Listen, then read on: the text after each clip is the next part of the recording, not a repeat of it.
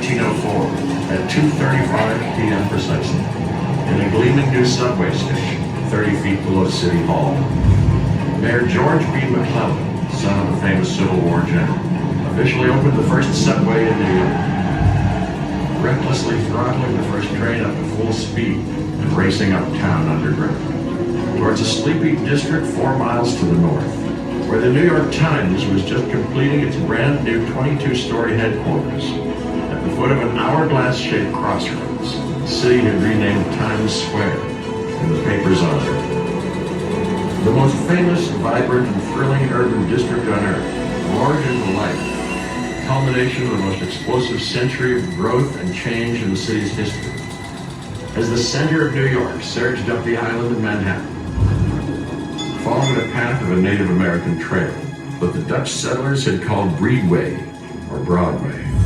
From the stock markets of Wall Street, to the raucous newspapers across from City Hall, up to the giant department stores on Madison Square, where by 1876 passers-by stared up in wonder at the giant arm of an unfinished Statue of Liberty, still looking for funds and something to stand on. But it was in the next 3 decades that New York City would finish coming into its own on a spectacular scale, as millions upon millions of immigrants poured through the harbor and onto the streets of a city that by 1882 had become the first on earth to be lit by electricity. And that as the clock struck midnight on December 31st, 1898, dramatically expanded its borders literally overnight to encompass a vast 5-borough metropolis, connected to itself by 1904 by what would become the largest subway system in the world. On New Year's Eve that same year, confirming its status as the new throbbing heart of the greatest city in America, immense crowds gathered in Times Square for the first time for a publicity stunt dreamed up by the publishers of the New York Times, counting down the seconds to the stroke of midnight. From then on, New Yorkers, and soon much of the rest of the world, would ring in the new year with a delirious celebration in Times Square. And it was only the beginning.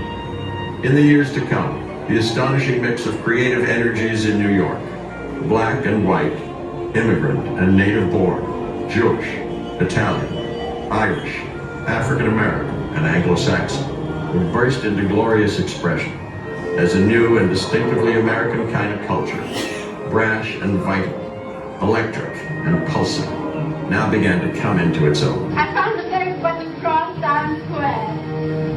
I'm saying hello to Broadway. Just as New York City itself was lifting straight up into the skies, becoming the world headquarters of a new kind of modern mass culture, consecrated to everything air-minded and upperly mobile, air travel, skyscrapers, motion pictures, the media, high fashion, and forlorn radio. A thrilling city of spectacle, fantasy, movement, and dreams, whose very heart and soul was based in Times Square. By 1929, no fewer than 66 Broadway theaters, along with hundreds of nightclubs, vaudeville houses, and movie palaces, were drawing in 250,000 people each and every night to a district now bathed in the glow of 1 million incandescent lights, and known around the world as the Great White Way. Now the greatest incubator of talent in human history, and the birthplace of one of America's greatest contributions to world culture, the Broadway musical. You're going out a youngster, but you've got to come back a star.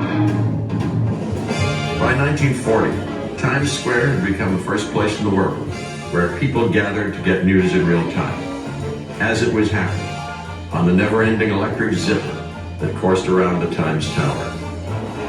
On August 14th, 1945, more than 2 million people gathered in Times Square to learn that 6 long years of world war had finally come to an end. Ushering in an era of American preeminence as never before, making New York and Times Square itself the crossroads of the world, as one great musical after another filled the stages of Broadway and captured the hearts of millions.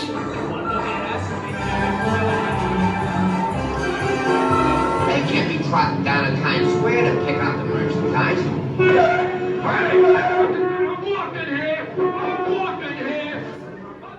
by the late 1960s, New York and cities everywhere had entered a dark period of decay, of decline.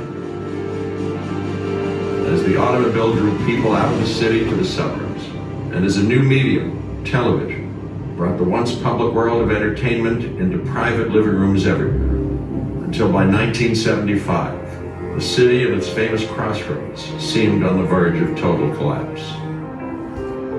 But the city didn't collapse, and on the contrary came roaring back. Thanks in large part to the astonishing tide of newcomers who in the final decades of the 20th century surged into the city from around the world, drawn by the beacon of opportunity that New York still stood for. By the 1990s, as crime rates plummeted and the city rose again, the old theaters on 42nd Street were refurbished and restored, and new ones sprang up, and Broadway itself came roaring back. To the city and to peoples around the world, at times of greatest challenge.